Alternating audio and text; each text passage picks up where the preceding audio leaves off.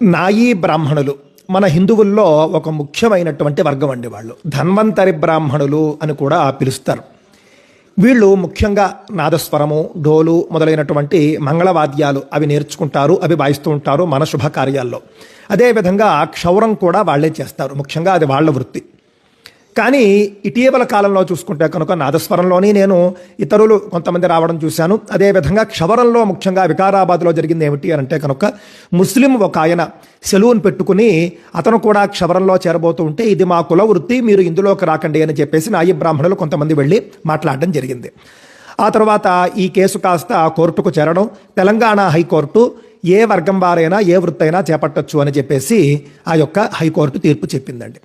High court ఆ తీర్పు ఇవ్వడానికి కారణం ఏమిటి అంటే భారత రాజ్యాంగంలో 19వ అధికరణం 19వ అధికరణంలో చిట్ట చివరి పాయింట్ ఉంటుందండి. ఏ విధమైనటువంటి వృత్తినైనా వ్యాపారాన్నైనా కూడా చేసుకునే హక్కు ప్రతి భారతీయుడికి ఉంటుంది అని. దాని ఆధారంగా ఆ యొక్క తెలంగాణ హైకోర్టు తీర్పు ఇచ్చింది.